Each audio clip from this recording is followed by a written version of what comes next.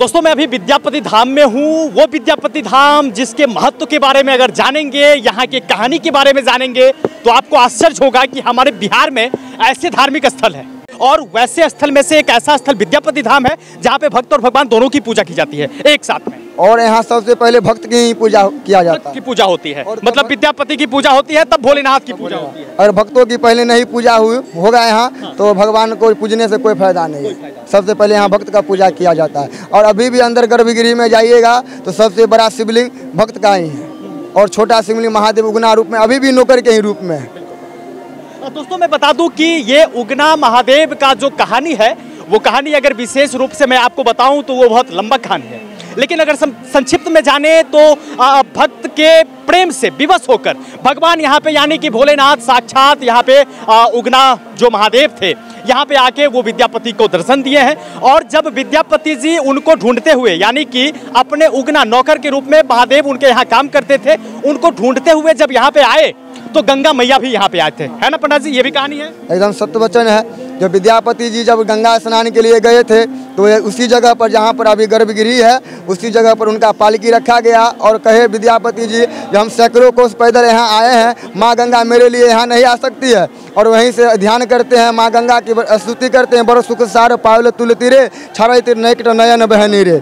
जब माँ का स्तुति करते हैं गंगा माँ को, माँ गंगा रौता धार फोड़ते हुए आते हैं। पंडित जी थोड़ा सा आप वो स्तुति गुनगुनाना चाहेंगे? 2 लाइन आप बढ़िया से एकदम लय में 2 लाइन गुनगुनाना चाहेंगे? बड़े सुख सार पवल तू तीरे छरई तनिकट नयन बहनी रे कर जोर बिन मऊ विमल तरंगे पुन दर्शन होए पुन मति गंगे एक अपराध क्षमव मोर जाने पर सलमाय परु तू पानी। माँ गंगा की स्तुति करते हैं और माँ गंगा वहाँ से रौताधार फोड़ते हुए आती है। विद्यापति जी की अपने आप चिता में उनकी पालकी में आग अग्नि प्रज्वलित होती है और माँ गंगा जो है उनको जितना भी था सब जो है लेके गंगा में विसर्जन कर देती है।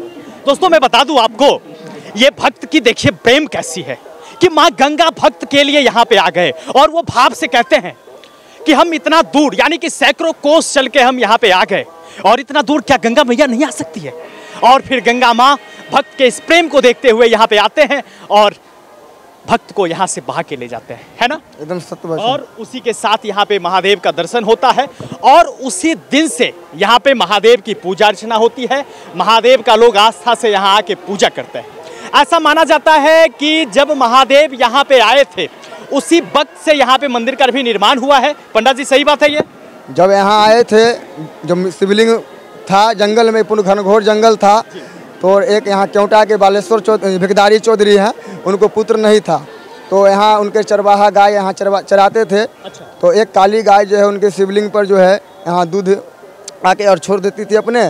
तो वहाँ जब काली गाय जाती थी, जब दूहने के लिए जाता था चरवाहा तो दूध नहीं निकलती थी। तो चरवाहा से पूछा गया, मालिक पूछे जो ऐसा क्या क्यों हो रहा है?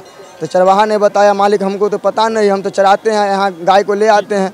तो मालिक ने गाय को जो है पीछे लग गया तो देखा जो काली गाय जो है शिवलिंग पर स्वयं जो है दूध गिरा रही थी।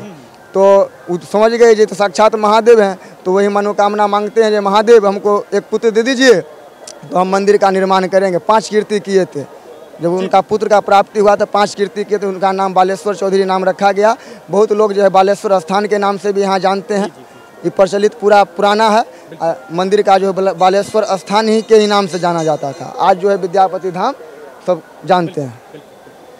तो ये कहानी है और मैं बता दूं कि ये एक आस्था का ऐसा केंद्र है जहाँ पे केवल सोमवार ही नहीं, केवल सावन ही नहीं, हर एक रविवार हर एक सोमवार को भीड़ लगती है। उतना ही नहीं, हर एक दिन यहाँ पे भक्त आते हैं और बाबा का पूजा अर्चना करके उनका पावन आशीर्वाद प्राप्त करते हैं। तो ये विद्यापति धाम की कहानी है और मैं बता दूं कि भगवान की कहानी, भगवान के महत्व के बारे में आज तक कोई इंसान बता पाया है क्या?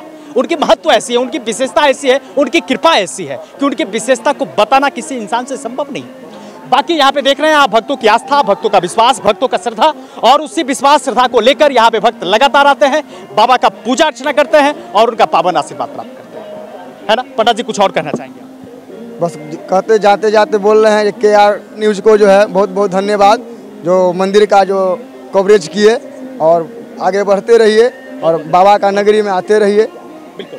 तो दोस्तों आप क्या सोचते हैं ऐसे धाम को लेकर, विद्यापति धाम को लेकर आप क्या सोचते हैं? और भक्त और भगवान की ऐसी प्रेम, ऐसी आस्था, ऐसा विश्वास, ऐसी श्रद्धा को लेकर आप क्या सोचते हैं? हमें कमेंट के माध्यम से जरूर बताइएगा।